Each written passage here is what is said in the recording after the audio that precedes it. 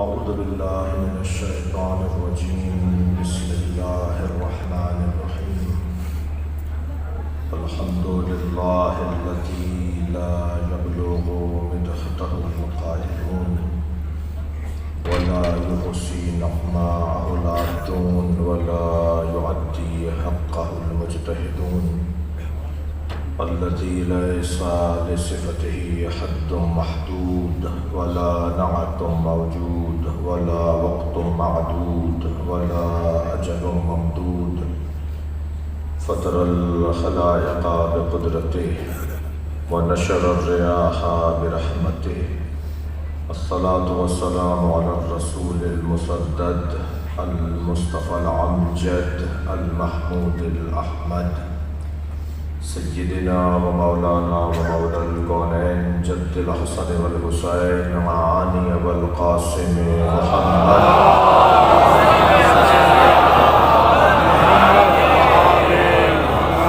وآله الطيبين الطاهرين المعصومين الذين قال الله إنما يريد الله ليذهب عنكم الرجس أهل البيت ويطهركم تطهيرا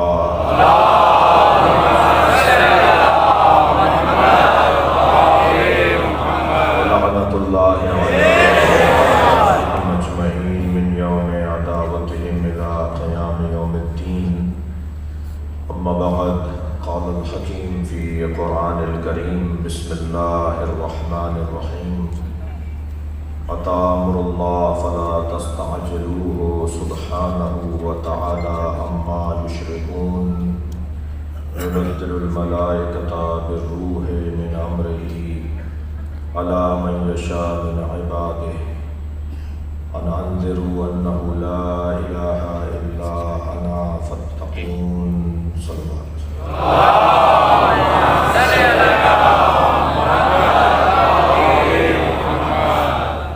سورہ مبارکہ نحل کی ابتدائی دعایات۔ اللہ اپنے اس کلام میں معرفت کا، عرفان کا، علم کا، ہدایت کا ایک دسترخوان بچھا رہا ہے۔ کلام الہی میرے مولا علی فرماتے ہیں کہ اللہ کی طرف سے ایک شفا بخش دوا کا نام ہے۔ اللہ کا کلام بیماروں کو بیماریوں سے بچانے کا بہترین نسخہ ہے۔ جب انسان تمام تر الجھنوں میں گھر جائے، پریشانیوں میں مبتلا ہو، تو قرآن کی ہوا اسے شفا دے رہی ہوتی ہے، اور اگر قرآن کی آیت پڑھ لی جائے اور قرآن سے شفا طلب کر لی جائے تو مولا فرماتے ہیں یہ شفا بخش دوا ہے۔ البتہ یہ ذہن میں رہے کہ دوا بغیر ڈاکٹر کے دینے والا مزید بیماریوں میں اضافہ کر جاتا ہے۔ دو لوگوں نے تو معاشرے کو ویسے ہی بہت نقصان پہنچایا ہے۔ دو لوگ اپنا بہت نقصان کر رہے ہیں اور اپنا نقصان کر کے معاشرے کا بھی نقصان کر رہے ہیں۔ ایک سیلف اسٹڈی والے لوگ اور ایک سیلف میڈیسن والے لوگ، بغیر ڈاکٹر کے مشورے کے دوا لینے والے لوگ اور بغیر استاد کی کتاب پڑھنے والے لوگ۔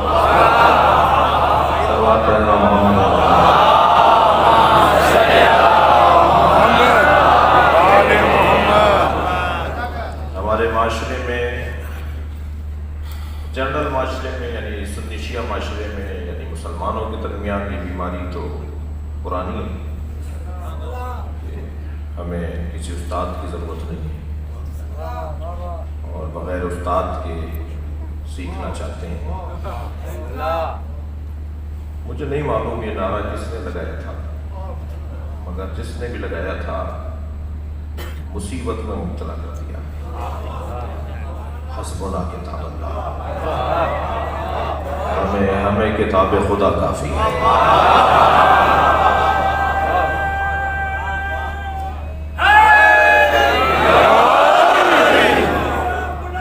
کتاب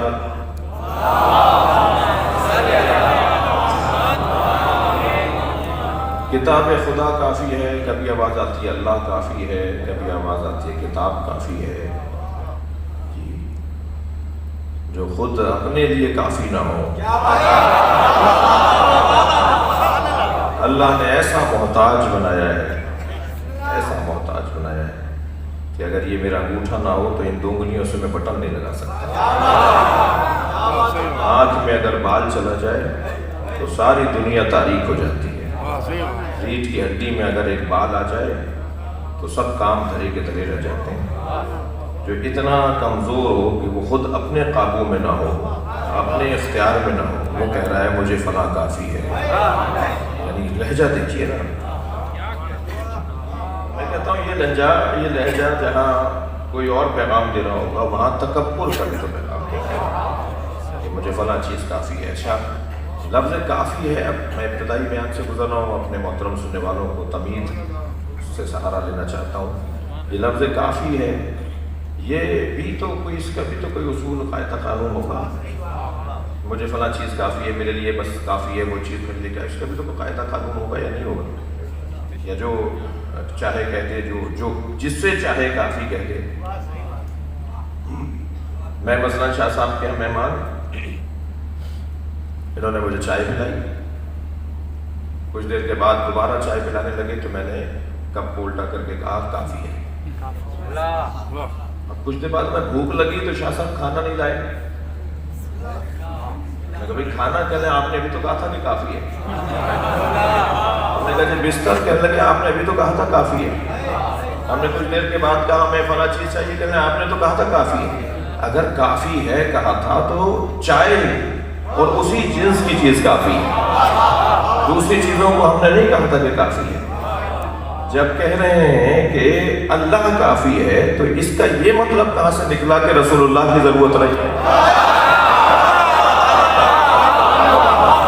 کہہ رہے ہیں کہ کتاب کافی. اور پھر یہ جملہ تو وہ بولے جس کو بولنے کا حق ہے. میں ایک جملہ عقیدت بھرا جملہ کہہ رہا ہوں، اور عقیدت کے پیچھے میری تعلیم بھی ہے، میرے پاس دلیل بھی ہے. اللہ کافی ہے کا جملہ بولے تو محمد بولے اور علی بولے. سلوات پڑھیں گے محمد و آل محمد.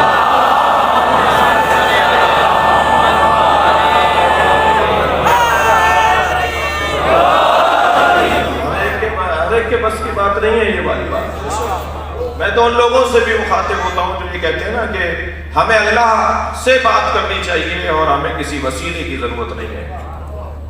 ڈائریکٹ اللہ سے مانگو. وسیلہ کہاں سے لے آئے؟ یہ کہاں سے شیعہ سنی ایک عقیدہ لے کر آ گئے؟ سنیوں میں ایک تعداد ہے جو وسیلے کو مانتی ہے، شیعہ وسیلے کو مانتے ہیں. یہ کہاں سے وسیلہ کہاں سے آ گیا؟ اللہ سے بات ہونی چاہیے. میں پہلے تو ان سے یہ کہتا ہوں کہ ان سے کہو کہ ذرا اپنا چہرہ آئینے میں جا کے دیکھیں. یہ جملہ تمہارے منہ کے لیے نہیں ہے کہ ہمیں وسیلے کی ضرورت نہیں ہے. نہیں عزیزان گرامی، انسان نظام اللہ نے ایسا بنایا ہے کہ ایک دوسرے کا محتاج بنایا ہے. یہ اللہ کے نظام کا حصہ ہے کہ ہمیں محتاج بنایا ہے، ہمیں فقیر بنایا ہے. یا تو طے کرو کہ فقیر نہیں ہو. میں وہ والا فقیر نہیں کہہ رہا جو چوک پہ بھیک مانگ رہا ہے. وہ فقیر نہیں ہے، وہ ذلیل ہے. فقیر وہ نہیں ہوتا. فقیر وہ ہوتا ہے کہ جو اپنے غنی کو پہچان لے، اپنے رب کو پہچان لے اور اپنی ناداری کا احساس کرے. یعنی ممکن ہے کوئی 2000 ایکڑ کا زمیندار ہو اور وہ فقیر ہو، یعنی اسے احساس فقر ہو. تو پہلے تو طے کریں کہ ہم فقیر ہیں یا نہیں. انتم الفقراء، تم سب کے سب فقیر ہو. یہ قرآن کہہ رہا ہے، اللہ کہہ رہا ہے تم سب کے سب فقیر ہو. هو الغنی الحمید.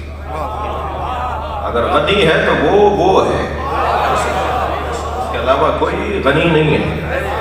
تو جب یہی قاعدہ مان لیا جائے کہ ہم سب فقیر ہیں تو فقیر تو غنی کا محتاج ہوتا ہے. اور غنی نے جو نظام بنایا ہے اس کو ماننا ہی فقر کا اعتراف ہے. شاہ صاحب نے اس مجلس کے انتظامات میں فرض کیجیے ہمارے چند دوستوں کو تقسیم کیا کام کہ تم دروازے پہ رہو گے، تم فلاں دیکھو گے، تم نیاز کو دیکھو گے، تم فلاں کام کرو گے۔ مثلا جن صاحب کو کہا جی نیاز تم تقسیم کرو گے، مجلس میں ایک شریک مجلس رہے، شاہ صاحب سے آ کے کہا نیاز مجھے دے دیجیے، انہوں نے کہا جی فلاں سے آ کے کہا نہیں میں تو آپ سے لوں گا، انہوں نے کہا جی ان سے لیجیے، وہ کہہ رہا نہیں میں تو آپ سے لوں گا۔ یہ جو بار بار کہے گا نا کہ میں تو آپ سے لوں گا، میں اس سے نہیں لوں گا، تو یہ اس کی توہین ہو یا نہ ہو، خود سید کی شاہ صاحب کی توہین ہے، یعنی ان کے بنائے ہوئے نظام کا انکار کیا جا رہا ہے۔ جب اللہ کہہ رہا ہے مصطفیٰ کے پاس آ کے توبہ کرو،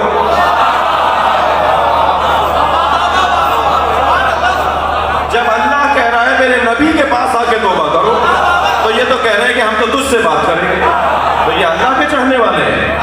بھائی جملہ میں ہدیہ کرنے جا رہا ہوں، جو اللہ کو مانے اور اللہ کے رسول کو نہ مانے اسے شیطان کہتے ہیں۔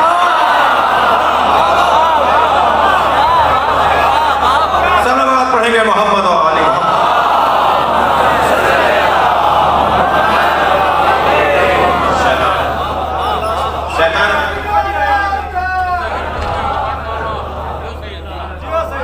شیطان کیا کرنا؟ شیطان تو اللہ کو مانتا تھا اور ایسا ویسا مانتا تھا کہ فرشتہ نہ ہونے کے باوجود، فرشتہ نہ ہونے کے باوجود، ملک نہ ہونے کے باوجود جنوں میں سے تھا، اس کے باوجود فرشتوں کا سردار بن گیا، اتنی عبادت کی اللہ کی، اور اللہ سے کہہ رہا ہے کہ اسے کیوں بنا رہا ہے؟ میں تو زمین پر کوئی چپا نہیں چھوڑوں گا جہاں تیرا سجدہ نہ کر دوں، میں تیرا سجدہ اتنے سجدے کروں گا۔ اللہ کو عبادت نہیں چاہیے بھائی، جو میں کہہ رہا ہوں وہی سمجھی جائے بات۔ اللہ کو بندگی چاہیے، اللہ کو عابد نہیں چاہیے، عبودیت چاہیے، اللہ کو روح بندگی چاہیے۔ اگر عبادت ہو اور روح عبادت نہ ہو، روح عبادت کیا ہے میں ان بچوں اور جوانوں کے لیے جلدی سے عرض کروں، یعنی فجر کی 2 رکعت نماز، ظہر کی 4، عصر کی 4، مغرب کی 3، عشاء کی 4، یہ رکعتیں اللہ نے طے کر دی۔ اب یہ 2 رکعت پڑھنے والا یہ عابد تو ہو سکتا ہے، لیکن ضروری نہیں ہے کہ عبودیت کے درجے پر بھی فائل ہو۔ کہنے لگا جی وہ اٹھا لیا بستر سے سردی میں گرمی میں، جب نیند چھڑوائی دی تو ہم تو 4 رکعت پڑھیں گے۔ تو وہ جو 4 رکعت پڑھ رہا ہے نا، کہہ رہا ہے سجدہ تو اللہ کا ہے نا، میں 2 رکعت زیادہ پڑھ رہا ہوں تب بھی تو اللہ ہی کی عبادت کر رہا ہوں۔ یہ جو اللہ کی عبادت اللہ کی مرضی کے بغیر کرے وہ روح بندگی نہیں رکھتا۔ ایک بھائی رہتا ہے حیدرآباد میں، ایک بھائی رہتا ہے مثلا لاہور میں، سگے بھائی، ایک بھائی حیدرآباد ملنے کے لیے آیا لاہور والا، ظہر کی نماز پڑھنے کھڑے ہوئے، ایک 2 رکعت پڑھے گا، ایک 4 رکعت پڑھے گا۔ یہ سگے 2 بھائی ہیں، ایک 2 رکعت کیوں پڑھ رہا ہے، ایک 4 رکعت کیوں پڑھ رہا ہے؟ بعض لوگوں کے ذہن میں یہ ہے کہ اب جہاز کے سفر ہو گئے، لہٰذا سفروں میں تو کوئی مشکل ہی نہیں ہوتی، لہٰذا قصر نماز نہیں پڑھنی چاہیے، ہم تو پوری پڑھیں گے۔ تو یہ عبادت تو کر رہا ہے مگر بندہ الہی نہیں ہے۔ بندگی یعنی اس کی بات کو ماننا، جیسے جیسے ذمہ داری۔ اچھا کبھی غور کیا میرے ان بچوں نے؟ فجر کی نماز پڑھیں گے تو اونچی آواز میں، ظہر کی پڑھیں گے تو دھیمی آواز میں، مغرب کی پڑھیں گے تو اونچی آواز میں، عشاء کی پڑھیں گے تو دھیمی اونچی آواز میں، 2 رکعت اونچی آواز میں، 2 رکعت دھیمی آواز میں۔ جی یہ آوازیں اونچی نیچی کیوں کروائی جا رہی ہیں؟ 3 رکعت کیوں، 4 رکعت کیوں نہیں، 2 رکعت کیوں، 4 رکعت کیوں نہیں؟ یہ ہمارا مزاج بنایا جا رہا ہے، بندگی کا مزاج۔ مجھے تمہاری رکعتیں نہیں چاہیے، مجھے تمہارا مزاج بندگی چاہیے۔ یہ پریکٹس کروا رہا ہوں میں تمہیں کہ میں تم میرے لیے مزاج بندگی بنا سکتے ہو نہیں؟ اور پھر عبد بھی ہو تو ایسا عبد کہ جس میں فخر ہو اللہ کو۔ لہذا رسالت کا اقرار ہم بعد میں کرتے ہیں، نبی کی عبدیت کا اقرار پہلے کرتے ہیں۔ اشہد انک عبدہ ورسولہ، آپ اللہ کے بندے بھی ہیں اور اللہ کے رسول۔ بندگی پہلے، یہ روح بندگی۔ کیوں بار بار علی کا ذکر کیا جائے؟ کیوں بار بار مولا علی کی بات کی جائے؟ علی کی جتنی بات ہوگی، جتنا زیادہ میں مولا علی پر غور کروں گا، اتنا میرے اندر روح بندگی آئے گی۔ از علی آموخت اخلاص عمل. اگر کسی کو بندگی سیکھنی ہے تو وہ علی کے دروازے پر. بھائی غور تو کریں.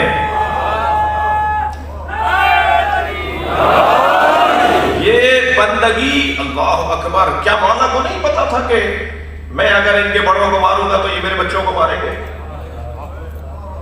ساری نسل کاٹ دی علی کی. سارے بچوں کو کربلا میں گھیر کے مار دیا. 80 سال تک تو علی نام رکھنے پہ پابندی تھی. آج یہ غر آ رہے ہیں, آج طرح طرح کی باتیں کر رہے ہیں, ریلیاں نکال رہے ہیں, ہم پر آنکھیں دکھا رہے ہیں. میں ان سے مخاطب ہوں, اگر تم تبرہ کے مخالف ہو تو پھر وہاں سے شروع کرو جہاں سے تبرہ شروع ہوا ہے.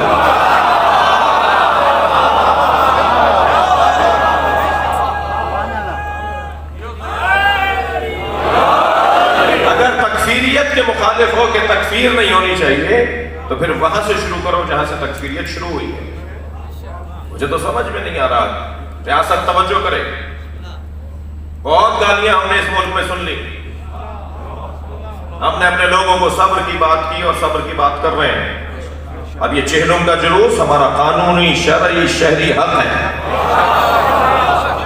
لہذا طرح طرح کی پوسٹیں چلا کر یہ والی باتیں نہ کی جائیں کہ یہ غیر قانونی نکل رہا ہے. کوئی غیر قانونی نہیں نکل رہا. ہم عزاداروں کو یہ پہلی دفعہ نہیں ہو رہا ہے پاکستان میں, اور بڑی شان سے ہوگا اور بڑی آن سے ہوگا, اور کوئی شخص بھی چہلم کے دن گھر میں نہیں بیٹھے گا. اور کوئی یہ جلسہ نہیں ہے, کوئی سیاسی ریلی نہیں ہے, کوئی سیاسی ریلی نہیں ہے, کوئی جلسہ نہیں ہے, کوئی ہمارا مقصد سیاست نہیں ہے, بلکہ ہمارا صرف مقصد یہ ہے کہ اب امام حسین کے 40 کو, کیونکہ مومنین کی نشانیوں میں ایک نشانی, چند نشانیاں میرے مولا رضا نے بیان فرمائی کہ مومن کی نشانیاں کیا ہیں. ان میں سے ایک نشانی یہ ہے کہ زیارت 40 چہلم کا دن منانے والے کو. اس کی طرف میں زیادہ نہیں جانا چاہتا, صرف اتنا کہوں گا کہ ہم پاکستان کے محب وطن شہری ہیں, اور ہمیشہ ہم نے لاشیں اٹھانے کے باوجود بھی پاکستان زندہ باد کے نعرے لگائے, اور آئندہ بھی ایسے ہی ہوگا. پرامن انداز سے اور پروقار انداز سے سید الشہداء کی چہلم کا انعقاد ہوگا. بات یہ ہے کہ روح بندگی, اور اس روح بندگی کا سرخیل مولا علی کی ذات. سارے سلسلہ آئے ولایت علی سے کیوں شروع ہوتے ہیں؟ جتنے بھی ولیوں کے سلسلے ہیں نا, وہ علی سے شروع ہوتے ہیں, اس لیے کہ علی نے بندگی کی روح عطا کی ہے. یہ روح بندگی ہے حیدر کرار کی کہ سینے پہ چڑھ کر بیٹھ گئے, اور یہ روح بندگی ہے علی بن ابی طالب کے سینے سے اترا ہے. سینے پہ چڑھنا بھی اللہ کی خاطر تھا, سینے سے اترنا بھی اللہ کی خاطر ہے. کوئی کام بھی میں اپنے لیے نہیں کر رہا. یہ بہت بڑا مقام ہے میرے عزیزوں کہ انسان اپنے آپ کو فنا کر دے اپنے معبود کے وجود میں. ذوبو فی علی, علی میں گم ہو جاؤ, کما ہوا ذاب اللہ, جیسے وہ اللہ میں گم ہو گیا. روح بندگی. آواز آتی ہے صاحب, ہر مجلس کا عنوان علی, ہر مجلس بات علی کی, علی کے علاوہ کوئی اور بات نہیں ہے, کوئی اور فضائل نہیں ہے آپ کے پاس. تو ہم ایک ہی جواب دیتے ہیں, ہم مولا کی بات اس لیے کرتے ہیں کہ علی کی بات انسان کو بندہ پروردگار بناتی ہے. جتنا مولا علی کا ذکر ہوگا اتنا ہی اللہ کی بندگی مضبوط ہوگی, عقیدہ توحید مضبوط ہوگا. کبھی غور فرمایا کہ اللہ کی توحید بھی عذاب سے بچانے کا ذریعہ, اور علی کی ولایت بھی عذاب سے بچانے کا ذریعہ. کلمۃ لا الہ الا اللہ حصنی فمن دخل حصنی امن من عذابی. یہ لا الہ الا اللہ کا کلمہ اللہ کہہ رہا ہے میرا قلعہ ہے, جو اس میں داخل ہو گیا وہ میرے عذاب سے بچ گیا. پھر فرماتا ہے ولایت علی بن ابی طالب حصنی, اور علی کی ولایت بھی میرا قلعہ ہے, جو اس میں داخل ہو گیا وہ میرے عذاب سے بچ گیا. یا اللہ تیرا کلمہ لا الہ الا اللہ تیرا قلعہ ہے, یا علی کی ولایت تیرا قلعہ ہے. آواز آئے گی دور میں فرق نہیں ہے, ان دوروں میں فرق نہیں ہے. جو تاثیر لا الہ الا اللہ کی ہے وہی تاثیر علی ولی اللہ کی ہے. نتیجہ دونوں کا ایک ہی ہے, حاصل دونوں کا ایک ہی ہے. مثال ممکن ہے سادہ ہو مگر میرے بچوں اور جوانوں کے لیے زیادہ بہتر رہے گی۔ مثلا ہم نے اپنا گھر بنانے کے لیے بڑا اہتمام کیا، بڑا انتظام کیا، بڑی محنتوں سے مکان بنانا شروع کیا، کرائے کے مکان میں رہتے تھے، کبھی ادھر کبھی ادھر، کبھی اپنا گھر بنا لیتے ہیں، اور جیسے جیسے ہمارا مکان بنتا چلا گیا ایسے ایسے حاسدین آگ میں جلتے رہے کہ اس کا مکان کیسے بن رہا ہے، یہ نئے مکان میں کیسے جا رہا ہے۔ اور جب مکان تیار ہو گیا اور دوسرے دن صبح میں اپنے نئے مکان میں منتقل ہونا تھا تو رات کا آدھا پہر گزرا، دروازے میں دستک ہوئی، ہم نے دیکھا بڑی بڑی گاڑیوں میں کچھ سرکار کے لوگ ہیں۔ ہم نے کہا جی کیا معاملہ ہے؟ کہنے لگے جی آپ نے 2 گلی بعد ایک مکان بنایا ہے، ہم حکومت کے لوگ ہیں، ہم ریاست کے لوگ ہیں، آپ سے یہ مکان خریدنا چاہتے ہیں۔ ہم نے کہا جی ہم نے اپنے لیے بنایا ہے۔ کہنے لگے جی کتنے کا بنایا ہے؟ ہم نے کہا مثلا جی 1 کروڑ کا بنایا ہے۔ کہا ہم آپ کو 20 کروڑ دیتے ہیں اور آپ کو ایک منصب ریاست بھی دیتے ہیں اور آپ کی نسل میں بھی یہ ریاستی منصب منتقل ہوتا رہے گا۔ اب ہم نے سوچا بھائی سودا برا نہیں ہے، 1 کروڑ 20 کروڑ مل رہے ہیں اور ادھر خود کو بھی منصب ملے گا اور مثال ہے، اور ریاست کا منصب جو ہے نسلوں بھی منتقل رہے گا۔ ہم نے فوراً مکان کے کاغذات ان کے حوالے کیے، ان سے وہ مراعات لے لی ہم نے اور بڑے سکون سے جا کے سو گئے۔ دوسرا دن جب نمودار ہوا تو جو ہم سے حسد کرتا ہوا شخص ہمارے بنتے ہوئے مکان کو دیکھ کر چل رہا تھا، اس نے اس گھر کو آگ لگا دی۔ سارا محلہ باہر نکل کر آ گیا اس جلتے ہوئے مکان کا تماشا دیکھنے کے لیے۔ ہم بھی اسی مجمع میں کھڑے ہوئے جلتا ہوا مکان دیکھ رہے تھے، آگ لگانے والا بھی وہی تھا، وہ ہمارے چہرے کا اطمینان دیکھ دیکھ کر اور جل رہا تھا کہ بھائی ان کا تو مکان جل رہا ہے اور یہ پریشان نہیں ہے، اور ہم اس لیے مطمئن تھے کہ یہ ہمارا مکان ہی نہیں ہے۔ علی نے شب ہجرت اپنی جان بیچ دی، اللہ سے مراد لے لی۔ اب تم اگر علی اور اولاد علی کو مارو گے تو تمہارا اور اللہ کا مسئلہ ہے، تمہارا اور علی کا مسئلہ نہیں۔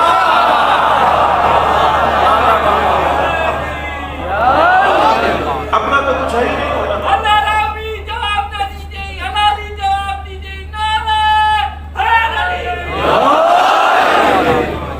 زبردستی نعرہ لگوا رہے ہو تم، ایک صلوات پڑھے ذرا محمد و آل محمد۔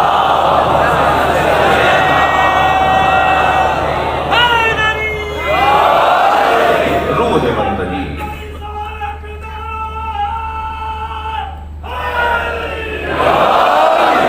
خواہش کر رہے ہیں کہ تھوڑا سا آگے آ جائیے، تھوڑا رحمت فرمائیے، جو خاص طور پہ پیچھے جو لوگ ہیں درمیان میں لوگ ہیں، جگہ بنائیے مومنین کے لیے، ایک صلوات پڑھتے ہوئے کچھ آگے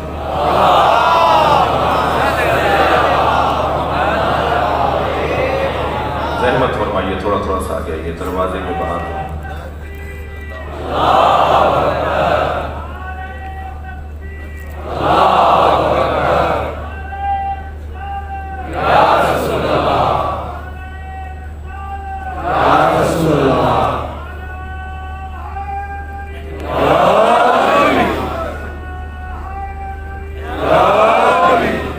بلند تر صلوات پڑھنے لگے۔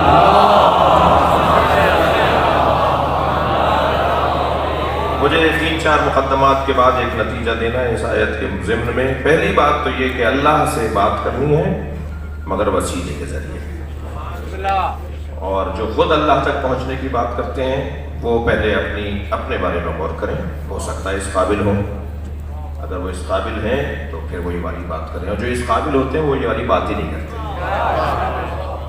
لہذا پہلا مرحلہ تو یہ ہے کہ ذات کردگار نے جو نظام بنا کر ہمیں دیا ہے وہ نظام بھی بنا کر دیا کہ مجھ تک آنا چاہتے ہو تو وسیلوں کے ذریعے سے آؤ، اور جو وسیلے کو نہیں مانتا وہ بہرحال اللہ کو خوب آتا ہے منوانا، وہ آج نہیں مانے گا کل اللہ سے منوا لے گا۔ جتنے بھی لوگ وسیلے کو نہیں مانتے نا وہ ہاتھ اٹھا کے ضرور دعا کر رہے ہوتے ہیں۔ تم نہیں مانو وسیلے کو، ان 5 انگلیوں میں 14 بند ہیں، ابھی تو غور کرو گے، اور پھر یہ ہاتھ ہی اٹھا کر کے دعا کر رہے ہو۔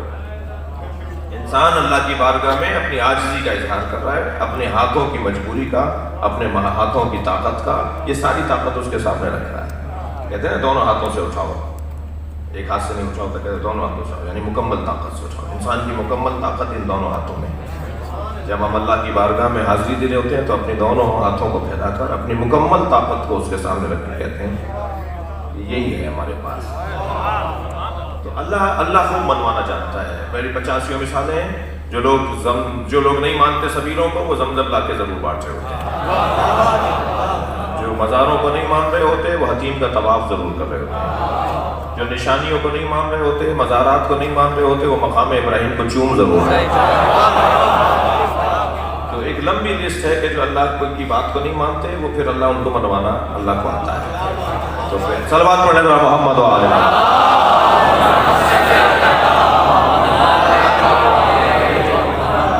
تو پہلی بات اللہ کا نظام یہ ہے کہ اس کے ذریعے سے اب اس نے 2 واجب اپنے اوپر قرار دیے. ایک واجب اِنَّ عَلَيْنَا لَلْهُدَىٰ، مجھ پر واجب ہے کہ میں تمہیں ہدایت عطا کروں. دوسرا واجب وَمَا مِن دَابَّةٍ فِي الْأَرْضِ إِلَّا عَلَى اللَّهِ رِزْقُهَا. دوسرا واجب اللہ نے اپنے اوپر یہ رکھا کہ زمین میں کوئی ہلنے والا، جنبندہ، رینگنے والا نہیں ہوگا مگر اس کے رزق کی ذمہ داری میرے اوپر ہے. تو رزق کا اہتمام بھی اللہ کا کام ہے اور ہدایت کا کام بھی اللہ کا کام ہے. اب اس اللہ نے ہدایت کے لیے جو نظام مرتب کیا ہے اس سے اچھا نہیں ہو سکتا تھا جو اس نے بنایا ہے. بچے میرے سامنے بیٹھے ہیں، جوان میرے سامنے بیٹھے ہیں، وہ سوال کرتے ہیں اللہ نے ہمیں بنایا ہی کیوں ہے. وہ پوچھتے ہیں اللہ نے ہمیں فلاں ماں باپ کے گھر میں کیوں پیدا کیا، ہمارے دوست کے ماں باپ کے گھر میں کیوں نہیں پیدا کر دیا. اللہ نے ایسا کیوں کیا ہے، اللہ نے ویسا کیوں کیا ہے. جو ایک لمبی فہرست ہے کیوں کیوں کیوں کیوں کیوں کی. پہلے تو انہیں جواب دوں کہ یہ کیوں کا جذبہ بھی اسی نے دیا ہے. یہ صلاحیت بھی اسی نے عطا کی ہے کہ تم کیوں کہو. یہ مائک کیوں نہیں بولتا، یہ ممبر کیوں نہیں بولتا، یہ میرے کپڑے کیوں نہیں بولتے کہ یہ ایسا کیوں بنا دیا، یہ چشمہ کیوں نہیں بولتا. جتنی بھی مخلوق ہے جو آپ کی اپنی بنائی ہے وہ آپ سے کیوں نہیں کہتی. جو آپ بناتے ہیں نا وہ آپ سے کیوں نہیں کہتی، لیکن اللہ کا بنایا ہوا اللہ سے کہتا ہے کیوں. تو یہ جو کیوں کا جذبہ دیا ہے نا یہ بھی اسی نے دیا ہے.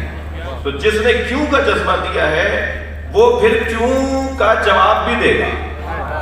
اب اگر مجھ مولوی کے پاس جواب نہیں ہے تو یہ نہیں سمجھنا کہ دین ہار گیا، اسلام ناکام ہو گیا، مولانا کے پاس جواب نہیں تھا. اگر مجھے جواب سمجھ میں نہیں آ رہا تو یا میں نہیں مان رہا اس جواب کو تو اس کا مطلب یہ نہیں ہے کہ وہ جواب نہیں ہے. جیسے ایک ڈاکٹر سے مطمئن نہیں ہوتے تو پھر انجینئر کے پاس جا کے علاج نہیں کرواتے. جیسے ایک مکینک سے مطمئن نہیں ہوتے تو پھر ڈاکٹر سے جا کے گاڑی ٹھیک نہیں کرواتے، پھر بھی ڈھونڈتے آپ مکینک کو ہی. ایک ڈاکٹر سے اگر مطمئن نہیں ہوتے تو پھر دوسرا بھی ڈاکٹر ہی ڈھونڈتے ہیں. اگر ایک مولوی سے مطمئن نہیں ہو رہے، ایک مفسر سے، ایک عالم سے مطمئن نہیں ہو رہے تو پھر ہم مسئلہ سائنسدان نہیں بتائیں گے، مسئلہ بتائے گا کہ آنے کے دین. اب یہ میری قسمت ہے کہ میرے درمیان میرے پاس جو عالم ہے وہ اتنا معیاری نہیں ہے کہ میں اس سے مطمئن ہو جاؤں. یہ تو میری قسمت کی خرابی ہے. میں ڈھونڈوں جا کر ایسے صاحبان دقت اور صاحبان علم لوگوں کو جن سے میں پوچھوں تو مجھے اطمینان حاصل ہو جائے. لیکن اللہ اس کیوں کا جذبہ اور اس جذبے کی تسکین بھی وہی عطا کرتا ہے.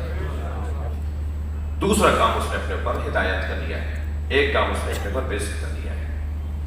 وہ جو ہدایت کی ذمہ داری اس نے لی ہے اس کا اس نے میپ، اس نے نقشہ کیا بنایا ہے.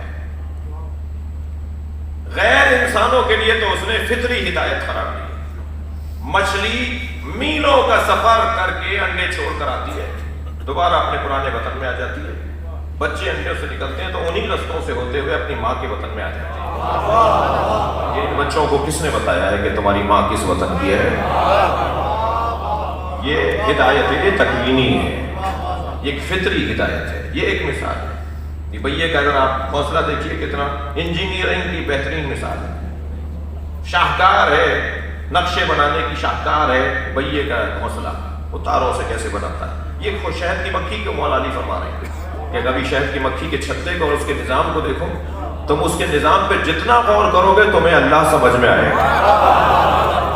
کون ہے کہ جس نے اس کو اس طرح دماغ دیا ہے، اتنا شعور دیا ہے. یہ چند مثالیں. پھر مور کے اوپر مولا علی کا خطبہ، چمگادڑ پر مولا علی کا خطبہ، چیونٹی پر مولا علی کا خطبہ. مولا نے فرمایا اللہ کو جاننے کے لیے زیادہ دور نہیں جاؤ، اس چیونٹی کو ہاتھ میں اٹھا کے اس میں قول کرتے رہو. وہ سارا نظام جو تمہارے 6 فٹ کے بدن میں اللہ نے قرار دیا ہے وہ اتنی سی چیونٹی میں وہ سارا نظام رکھا ہے. وہ چاہے تو بڑے نقشے کو بنا دے اور وہ چاہے تو بڑے نقشے کو چھوٹی جگہ بنا دے. وہی نظام ہاضمہ ہے, وہی نظام دافعہ ہے, وہی تناسل کا سلسلہ ہے, وہی اولادوں کا سلسلہ ہے, وہی رشتے ہیں کہ یہ نر ہے, یہ مادہ ہے, یہ ماں ہے, یہ اولاد ہے, یہ دادا ہے, یہ نانا ہے. وہی نظام ہے سارا. اور پھر فرماتے ہیں تم نے نہیں دیکھا کہ اتنا باریک سا جانور اسی نظام کے ساتھ چلتا ہے. کس نے بنایا اس کو؟ مور کے بارے میں میرا مولا علی فرماتے ہیں کہ غور فرمائے, اس کے رنگوں پر غور کیا. جب پر ٹوٹ جاتا ہے تو پیلے رنگ کی جگہ پیلا رنگ ہی نکلتا ہے. یہ رنگ اللہ نے کیسے بخشیر دیا اس کے اندر, جو اس کو نظام دیا ہے. عزیزان گرامی, اس نے جو نظام بنایا ہے اپنی ہدایت کا, اس ہدایت کے نظام میں اس نے نبی مکرم جناب زہرا اور 12 اماموں کو ہماری ہدایت کے لیے اپنے میپ کا, اپنے نقشے کا حصہ قرار دیا. سرکار دو جہاں کا وجود, سیدہ کا وجود اور پھر 12 امام, یہ سب کے سب پروردگار عالم کی طرف سے اس کی ہدایت کا نظام ہے. ہدایت دے گئی ہو کہ جو ہدایت ہم لیں گے اس سے جو ہدایت دے سکتا ہو. لہذا کمالات کا مجموعہ اس گھرانے کو قرار دیا. اس نے سیدہ کو اس گھر کا حسن قرار دیا. تمام تر ائمہ کا کمال اگر کہیں ایک جگہ پر محجوب نظر آئے تو اسے فاطمہ کہا جاتا ہے. لہذا چادر میں جب سرکار پنجتن کو لے لیں گے تو آواز آئے گی ہم فاطمہ, یہ سب کے سب فاطمہ ہیں. یہ جب چادر میں آ جاتے ہیں سب فاطمہ ہو جاتے ہیں. باہر نکلتے ہیں تو ایک علی ہے, ایک حسن ہے, ایک حسین ہے, ایک فاطمہ ہے. اندر آتے ہیں تو سب فاطمہ ہے. جناب سیدہ طاہرہ بلند صلوات.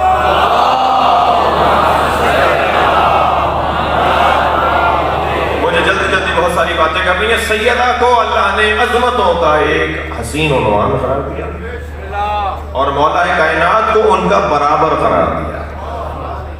یہ نہیں کہا کہ لولا علی لما کانا لفاطمہ کفن, لولا فاطمہ لما کانا لعلی کفن. اگر فاطمہ نہ ہوتی تو علی کے کوئی برابر نہ ہوتا. الٹا ہے, علی نہ ہوتے تو فاطمہ کے کوئی برابر نہ ہوتا.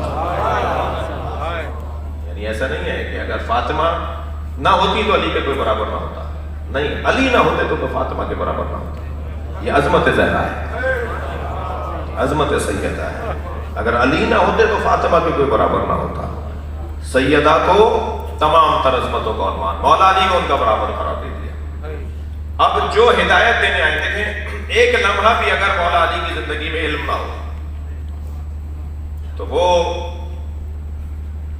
عنوان جہالت ہمارے لیے ہے, ان کے لیے نہیں ہے کہ جو علم دینے آئے ہیں. پیدائشی عالم, پیدائشی سخی, پیدائشی شجوع شجاع, پیدائشی طور پر صاحب غیرت, پیدائشی طور پر صاحب عزت. یہ مجموعہ کمالات لے کر آئے. مولا علی کے بعد مولا حسن, مولا حسین. نبی مکرم فرماتے ہیں 9 من ولد الحسین, میرے بعد 12 جانشین ہوں گے اور 12 جانشینوں میں پہلا علی, دوسرا حسن, تیسرا حسین اور 9 حسین کے بیٹے. 9 حسین کے بیٹے. میرے مولا جب امام حسین کی زیارت کے لیے گئے, امام جعفر صادق علیہ السلام, تو گھوڑے سے اتر گئے, پیدل جا رہے تھے قبر اطہر کی طرف. تو ایک چاہنے والے نے پوچھا, مولا آپ بھی امام ہیں اور حسین بھی امام ہیں, آپ کا ادب, آپ کا احترام حسین کے لیے. فرمایا خبردار, ہمیں امامت بتصدق حسین ملی, لہذا امام حسین حسین ہے. 9 من ولد الحسین. مجھے معاف کریں گے, میرا مقدمہ یہاں مکمل ہوا, اگر لمبا ہو گیا ہو تو معاف کریں. ارشاد حضرت عطیت, عطاہ اللہ, اللہ کا امر آ چکا ہے. فلا تستعجلوہ سبحانہ وتعالی عما یشرکون, اسے پانے میں جلدی نہ کرو. جب ہم مصلحت سمجھیں گے اپنے امر کو ظاہر کر دیں گے. یہ جان لو کہ ولادت ہو چکی ہے, غیبت میں ہے. عطا امر اللہ، اللہ کا امر آ چکا ہے، عطا امر اللہ، اللہ کا امر آ چکا ہے، فلا تستعجلوہ، اسے پانے میں جلدی نہ کرو، سبحانہ و تعالی عما یشرکون، جو یہ سوچتے ہیں نا کہ نہیں ہے، کیسے ہوگا، کوئی نظام نہیں ہے، کوئی سسٹم نہیں ہے، کوئی ہادی نہیں ہے، کوئی رہنما نہیں ہے، ان سے کہہ دو سبحانہ و تعالی، اللہ تمہاری سوچ سے کہیں بلند ہے، اللہ تمہارے خیالات، پریشان خیالوں سے کہیں بلند ہے، سبحانہ و تعالی عما یشرکون، جو اللہ کے بارے میں تم سوچ رہے ہو اللہ اس سے کہیں زیادہ بلند ہے، اللہ کا امر آ چکا ہے، امام کی ولادت ہو چکی ہے، اسے پانے میں جلدی نہیں کرو، ہلکا المستعجلون، ہلاک ہو گئے وہ جلدی کرنے والے، یہ جلدی کرنے والوں کے اندر سے ہی پھر مہدویت کا دعویٰ کرنے والے نکلتے ہیں، جو کہتے ہیں نا آج آ جائیں، ابھی آ جائیں، امام کیوں نہیں آ رہے، پھر وہ کہتے ہیں فلاں امام مہدی ہے، کوئی بڑھ کے کہتا ہے میں امام مہدی ہوں، جو دعویٰ مہدویت کرنے والے لوگ ہیں وہ ہیں جن کے مزاج میں جلد بازی ہے، ہمیں اللہ تسلی دے رہا ہے خبردار اللہ کا امر آ گیا ہے تم جلدی نہ کرو،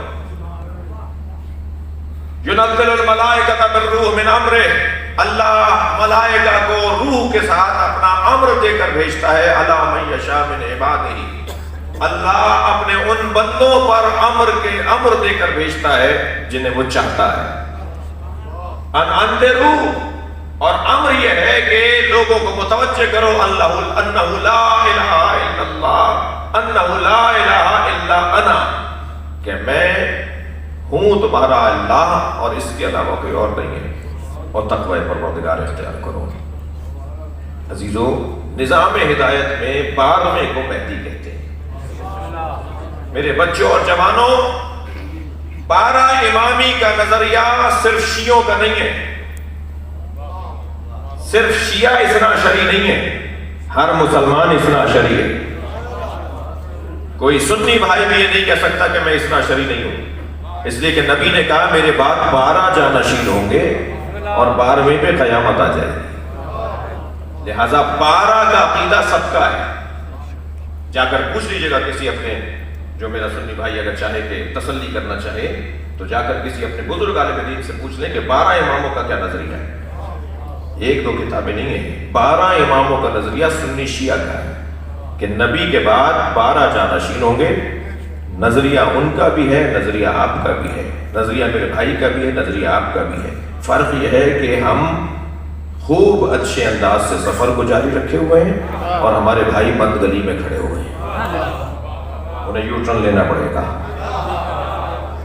انہیں واپس آنا پڑے گا، اس لیے کہ وہاں 52 ہو گئے، 58 ہو گئے، 42 ہو گئے، 48 ہو گئے، 12واں چلا گیا، قیامت نہیں آئی۔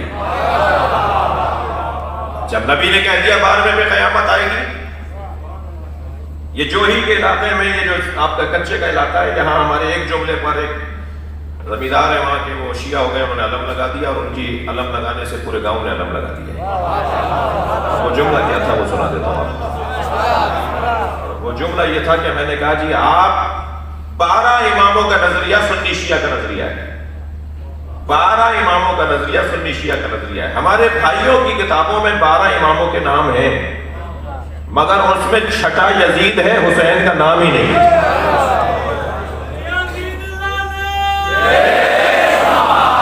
اور جو ائمہ اہل بیت ہیں ان میں مولا علی، اور جو ترتیب آپ کو پتا ہے، امام حسن، امام حسین، اور یہاں تک کہ آخری اور 12ویں امام مہدی ہیں۔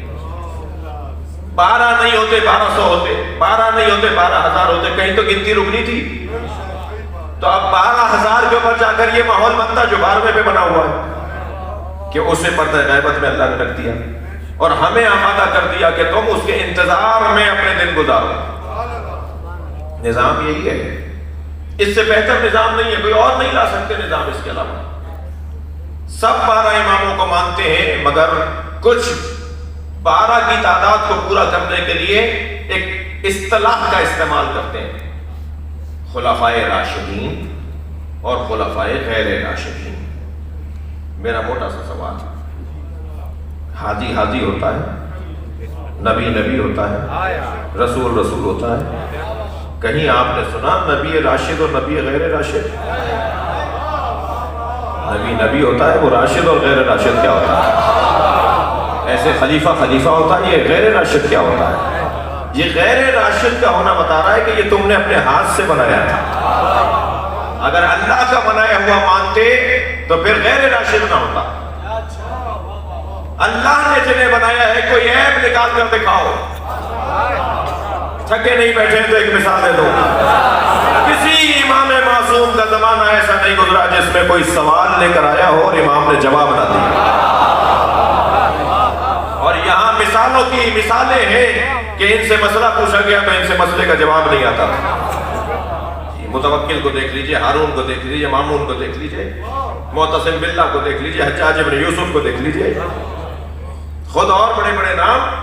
میں بات کر رہا ہوں بات والوں کی، خاص طور پر جن کے ہاں بہت روشن ہیں کمزوریاں، جن کی کمزوریاں بہت روشن ہیں، دو باتیں ہی نہیں ہیں اس بات میں۔ لیکن یہاں جب آپ جائیں گے تو آپ کو کوئی امام اہل بیت نہیں ملے گا کہ جو علم اور شجاعت، سخاوت، غیرت اور عزت میں کمزور نظر آئے۔ وہ پانچوں کمالات جو انسان کے ذاتی کمالات ہیں وہ یہ کمال پر لے کر آئے۔ متوکل کی ماں نے منت مانی کہ میرا بچہ اچھا ہو گیا تو میں کثیر صدقہ اللہ کی راہ میں صدقہ، کثیر چیزیں اللہ کی راہ میں صدقہ دوں گی۔ متوکل اچھا ہو گیا، بیماری اس کی برطرف ہو گئی۔ دربار میں بیٹھے ہوئے مفتیوں سے، مختلف مسالک کے علماء سے پوچھا بھائی کتنی چیزیں دے دوں جو کثیر کہلائیں؟ کسی نے کہا جی 20 دے دیجئے۔ اس نے کہا 20 کیوں؟ کثیر کسے کہتے ہیں؟ کسی نے کہا حضور اچھا کوئی سمجھتے تھے کہ کم ہے۔ کسی نے کہا جی 40 دے دیجئے۔ انہوں نے کہا 40 کیوں؟ اس نے کہا جی 60 دے دیجئے۔ انہوں نے کہا جی 60 کیوں؟ مجھے عدد جو تم بتا رہے ہو اس عدد کے پیچھے دلیل دو کہ کثیر کا کیا مطلب ہے۔ کوئی دلیل نہیں تھی کہ ایک مرتبہ پریشان ہو کر کہا کہ وہ شیعوں کا جو 10واں امام ہے وہ ہر بات کا جواب رکھتے ہیں۔ تو میرے مولا امام علی نقی علیہ السلام سے پوچھ لیا گیا کہ حضور فرمائیے کتنا کیا دے دوں کہ کثیر کہلائے؟ امام نے فرمایا 80 چیزیں اللہ کی راہ میں دے دو، 80 چیزیں اللہ کی راہ میں دے دو تو تم نے گویا کثیر کا صدقہ دے دیا۔ اب جیسے وہاں 20 پر 40 پر 60 پر وہ پوچھ رہا تھا نا کیوں، ایسے یہاں بھی پوچھا کیوں 80 کیوں؟ میرے مولا امام علی نقی مسکرائے، حضرت نے فرمایا تم نے قرآن کی آیت نہیں پڑھی جس میں اللہ نے اپنے حبیب سے کہا لقد نصرکم اللہ فی مواطن کثیرہ، اللہ نے تمہیں حبیب کثیر مقاموں پر نصرت عطا کی ہے۔ اللہ نے 80 جنگوں میں ہی تو نصرت عطا کی تھی۔ صلوات پڑھیں گے محمد و آلہ۔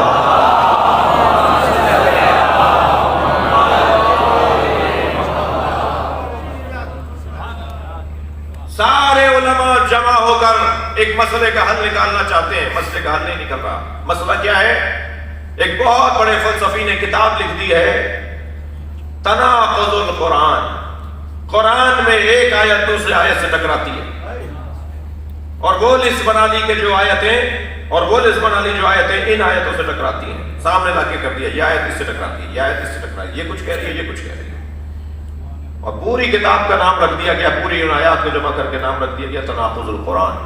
اب جب قرآن ہی زیر سوال آ جائے، قرآن ہی جو ہے نا مشکوک ہو جائے معاذ اللہ، تو پھر ان کی خلافت کہاں باقی رہے گی؟ جو خلیفہ صاحب بیٹھے ہوئے تھے، معتصم باللہ کا زمانہ ہے، پریشان ہو گئے، سب سے پوچھا بھائی جواب؟ ابھی ہم سے جواب نہیں بن رہا، یہ آیت اس آیت سے ٹکرا رہی ہے۔ جتنے بھی نمک خوار مولوی تھے، یہ آج بھی کبھی کبھی ہوتا ہے، تو یہ منظر تو آج بھی نظر آ رہا ہوتا ہے، تو وہ ان کے پاس جواب نہیں تھا۔ پھر بالآخر آواز دی کہ جس کا جواب وہی دے گا جو نظام ہدایت میں 11واں ہے، دور امام عسکری کا ہے۔ لے گا امام کی خدمت میں، امام نے ایک صفحہ پڑھ رہا، ایک آیت دوسرے آیت سے ٹکراتی ہوئی نظر آئی، دیکھی لکھی ہوئی، حضرت فرمایا کہ اس کا جواب ایک جملے میں، کتاب اتنی موٹی لکھی ہے، اس کا جواب ایک جملے میں۔ حضرت فرمایا تم میں سے کوئی ایک میرے پاس ٹھہر جائے، میں اسے جواب سکھا دیتا ہوں، جا کے اس کو ابو اسحاق کندی کو، جس نے یہ کتاب لکھی تھی اس کا نام ہے تاریخ میں ابو اسحاق کندی، کہ ابو اسحاق کندی کو جا کے ایک جواب دے دینا، ایک جملہ کہہ دینا اس پوری کتاب کا جواب۔ انہیں اپنے پاس ٹھہرا لیا، انہیں کہا تم اس کے پاس جاؤ گے، شاگرد ہونے کا اظہار کرو گے، شاگرد بن جاؤ گے، جب کچھ دن کا اعتماد بحال ہو جائے تو پھر یہ جملہ کہہ دینا۔ یہ پہنچ گئے استاد، بہت بڑے فلسفی ہیں، بہت بڑے عالم ہیں، قرآن کے حافظ بھی ہیں، قرآن کے مفسر بھی ہیں۔ اچھا، ایسے کام بھی ایسے ہی لوگ کرتے ہیں۔ لہذا قرآن پکار کے، حدیث پکار کے کہتی ہے رب تال القرآن والقرآن یلعنہ، کتنے ہی قاریان قرآن ہیں جن پہ قرآن خود لعنت کرتا ہے۔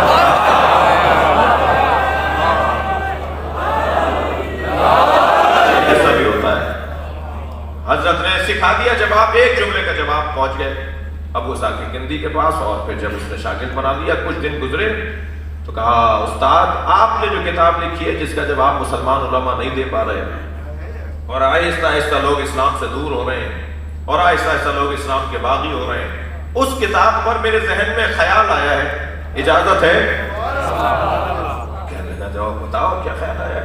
کہ حضور قرآن عربی زبان کی کتاب ہے، اور عربی زبان میں ایک لفظ کے کئی معنی ہوتے ہیں، آپ نے جو معنی سوچ کر تضاد سمجھا ہے، ہو سکتا ہے متکلم کے نزدیک وہ معنی نہ ہو۔ ہاتھ میں قلم تھا، اسے توڑتے ہوئے کہنے لگا یہ جواب کس نے سکھایا؟ کہنے لگا میرا اپنا جواب ہے۔ کہنے لگا نہیں، جواب بتا رہا ہے کہ قرآن کا وہ حافظ زندہ ہے۔ صلوات پڑھیں گے محمد و آل محمد۔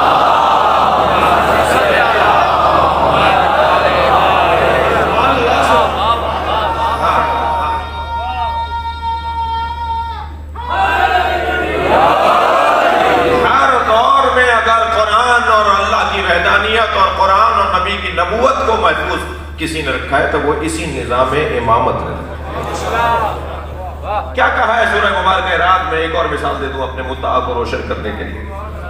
سورہ مبارکہ رعد آیت نمبر 43 میں ارشاد ہو رہا ہے وَيَقُولُ الَّذِينَ كَفَرُوا لَسْتَ مُرْسَلًا، جنہوں نے کفر اختیار کیا ہے وہ کہتے ہیں اور کہتے رہیں گے۔ یقولو فعل مضارع حال اور مستقبل کو شامل ہوتا ہے۔ یضربو، یقتلو، یضربو، یقولو، کہتے ہیں اور کہتے رہیں گے کہ آپ بھیجے ہوئے رسول نہیں ہیں۔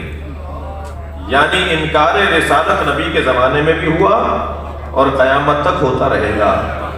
تو جب انکار اس زمانے میں ہوا تو جو اس کا تدارک کیا گیا تو قیامت تک جو انکار ہوتا رہے گا اس کا تدارک بھی وہی ہے، اس کا انتظام بھی وہی ہے۔ تو قل کہہ دیجئے کفا باللہ شہیدا بینی و بینکم، میرے اور تمہارے درمیان رسالت کی گواہی کے لیے اللہ کافی ہے۔ ومن عنده علم الکتاب، اور جس کے پاس علم الکتاب ہے وہ کافی ہے۔ تو جیسے انکار ہوتا تھا، ہوتا ہے، ہوتا رہے گا، ایسے ہی اللہ کا وجود بھی ہے اور عالم الکتاب بھی ہر زمانے میں ہے۔ اب وہ عالم الکتاب کو ڈھونڈنا ہی تو انتظار ہے، یہ فلسفہ انتظار اس عالم الکتاب کو ڈھونڈنا ہے۔ ہر زمانے میں نبی کی نبوت کا اقرار اور اس بات کے لیے ایک عالم الکتاب ہے۔ اچھا، اگر میرے عقیدے کے اوپر کسی کو اعتبار نہیں ہے تو نبی کے قول پر تو اعتبار ہو۔ نبی نے فرمایا انی تارک فیکم الثقلین، میں تمہارے درمیان دو بھاری چیزیں چھوڑے جا رہا ہوں، کتاب اللہ و عطرتی اہل بیتی، اللہ کی کتاب اور اپنی عطرت اہل بیت، لن یفترقا حتی یردا علی الحوض، یہ ایک دوسرے سے علیحدہ نہیں ہوں گے مگر جب تک کہ حوض کوثر پہ مجھ سے نہ ملیں، یعنی ہر زمانے میں ساتھ ساتھ رہیں گے۔ تو اگر مجھے امام نظر نہیں آ رہے تو نبی کے قول پر یقین کر کے مان لوں کہ ہیں۔ ہر زمانے میں قرآن کے ساتھ ایک عالم قرآن ہونا ضروری ہے، جو کبھی یہ نہ کہہ پائے کہ مجھے اس کا جواب نہیں آتا، جب تک چاہوں گا نہیں۔ عزیزان گرامی، یہی وہ موڑ ہے کہ جہاں آ کر بعض ریش دراز لوگ، بڑے بڑے مفتیان دین بڑے تکبر سے کہتے ہیں کہ وہ عالم قرآن ہم ہیں، وہ عالم قرآن ہم ہیں۔ مجھے سمجھ میں نہیں آتا جب میں کہتا ہوں مولا علی انبیاء سے افضل ہیں تو کہتے ہیں غلو ہو رہا ہے، اور جب خود پڑھ کے کہتے ہیں کہ ہم مراد ہیں، یہ کیسی منطق ہے بھائی؟ یہ کیسا فلسفہ ہے بھائی؟ یعنی مولا علی انبیاء کرام سے افضل کہہ دیے جائیں تو یہ انبیاء کی توہین۔ علماء امتی افضل من انبیاء بنی اسرائیل، میری امت کے علماء انبیاء بنی اسرائیل سے افضل ہیں۔ کون ہے بھائی وہ عالم؟ مفتی صاحب نے اپنی داڑھی پہ ہاتھ پھیرتے فرمایا ابھی تو ہے. اور اگر میں نے کہہ دیا کہ جی مولا علی عالم امت مصطفیٰ ہیں تو کہا نہیں انبیاء سے افضل نہیں ہو سکتے. عجیب داستان ہے. سر سید احمد خان سے کسی نے پوچھا سقیفے میں ہوتے تو کس کو ووٹ دیتے؟ خفا تو نہیں ہو رہے آپ؟ جی سقیفے میں ہوتے تو آپ کس کو ووٹ دیتے؟ تو اپنی داڑھی پہ ہاتھ پھیر کے فرمان لگے ہم خود امیدوار ہوتے.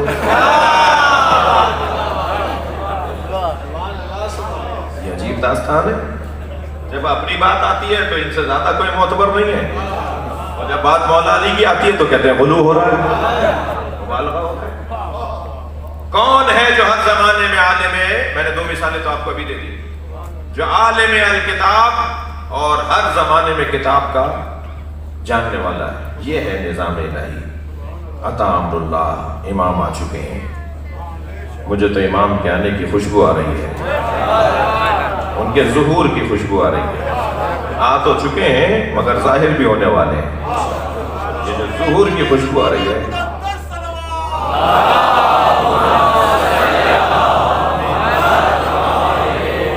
وہ اس وجہ سے مجھے امام کے آنے کی خوشبو آ رہی ہے کہ امام کے آنے سے پہلے حقائق کھلنا شروع ہو جائے. اور الحمدللہ حقائق کھلنا شروع ہو گئے ہیں. بہت سی چیزیں کلیئر ہو گئی ہیں. کچھ چیزیں تھیں جو دلوں میں بیٹھی ہوئی تھیں، وہ امیر فلاں زندہ باد کے نعروں نے کھول دیا. اور اچھا ہو.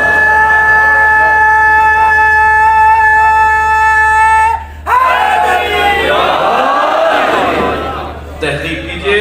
میں اپنے بچوں سے گزارش کروں گا کہ سوشل میڈیا کا دور ہے، اس کی مخالفت کرنا عقلیات کی مخالفت.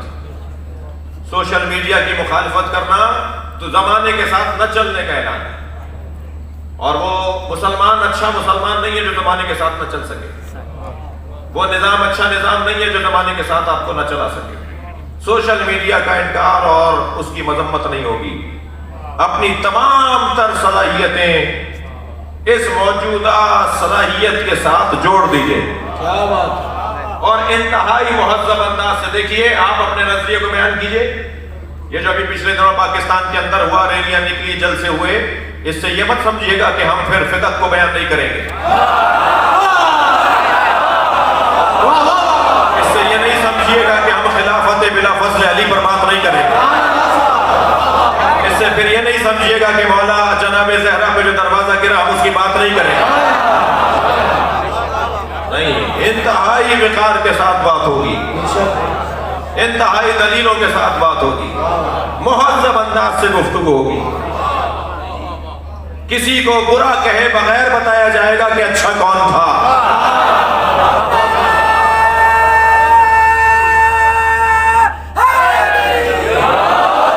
میں نے ابھی ایک جملہ آپ کی سماعتوں کے حوالے کیا، دوبو فی علی کما ہوا تاب اللہ. علی میں ایسے گم ہو جاؤ جیسے علی اللہ میں گم ہو گیا.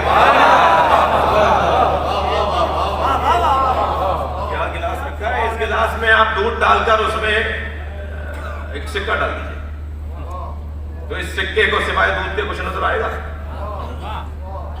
اس کے اوپر دودھ، اس کے نیچے دودھ، اس کے دائیں بائیں دودھ، اس کے شش جہات میں دودھ. صرف مثال دی ہے، شاید اس سے اچھی مثال بن سکتی ہوتی، میں نے جلدی سے دے دی مثال. اس دودھ کے گلاس میں سکہ ڈال دیجئے. اس سکے کو سوائے دودھ کے کچھ نظر نہیں آئے گا. علی میں اتنے گم ہو جاؤ کہ علی کا دشمن نظر ہی نہیں. بات صرف علی کی ہو. سلمان پڑھیں گے محمد آج.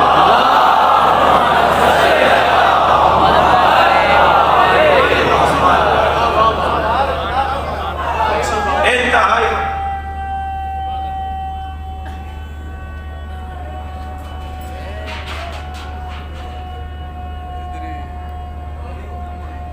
پارٹیشن نہیں ہے.